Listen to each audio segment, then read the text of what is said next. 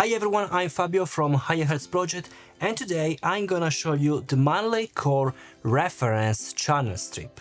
This unit has built-in all what you need to record your vocals, your bass, your guitars, basically everything you want to record. As you can see, it is really simple to understand, really well built. It's also pretty light. The signal, of course, goes from the left up to the right. As you can see, firstly, we can find the preamp section. We have 5 different buttons we can choose from, create a roll-off of 120 Hz. We can decide the amount level of your input, so from high to low. Basically, with the low input, you have up to 40 dB of preamp, while if you choose high input, you have up to 60 dB of preamp. Then if you use microphone, of course, you have here the phantom power, 48 volts, and then you can also choose the out of phase. Then you have the compression. As you can see, you have 3 main knobs: the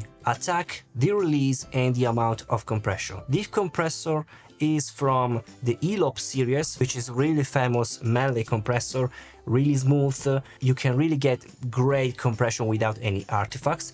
Then you can find the equalizer.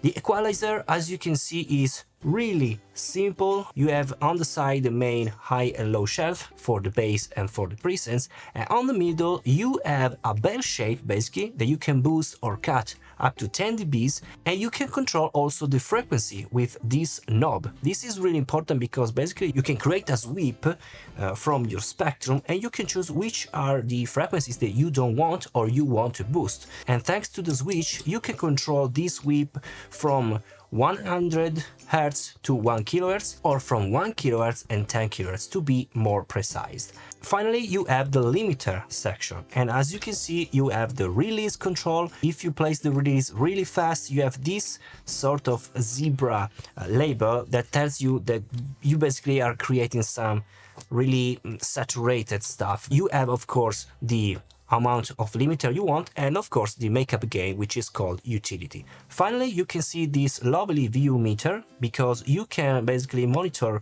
3 types of section. Basically, you can monitor the GR, which is the gain reduction. So when you use the compressor, place to GR and you can monitor the gain reduction, or you can monitor 2 different outputs, the output 1 and the output 2. I talk about output 1 and output 2 when I talk about the rear panel.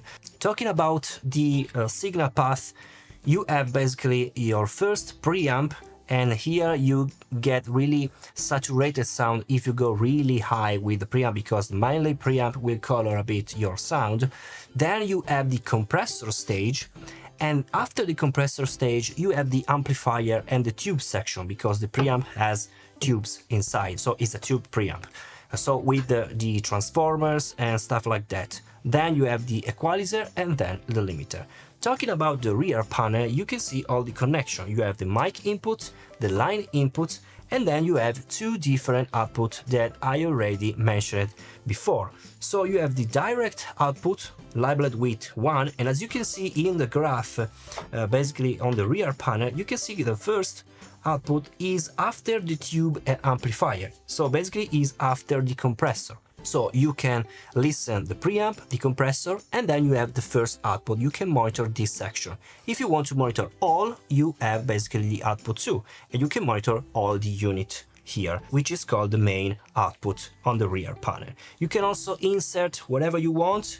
Basically, you can place the insert, as you can see from the graph, on the section after the compressor and before the equalizer. But let's listen now some samples.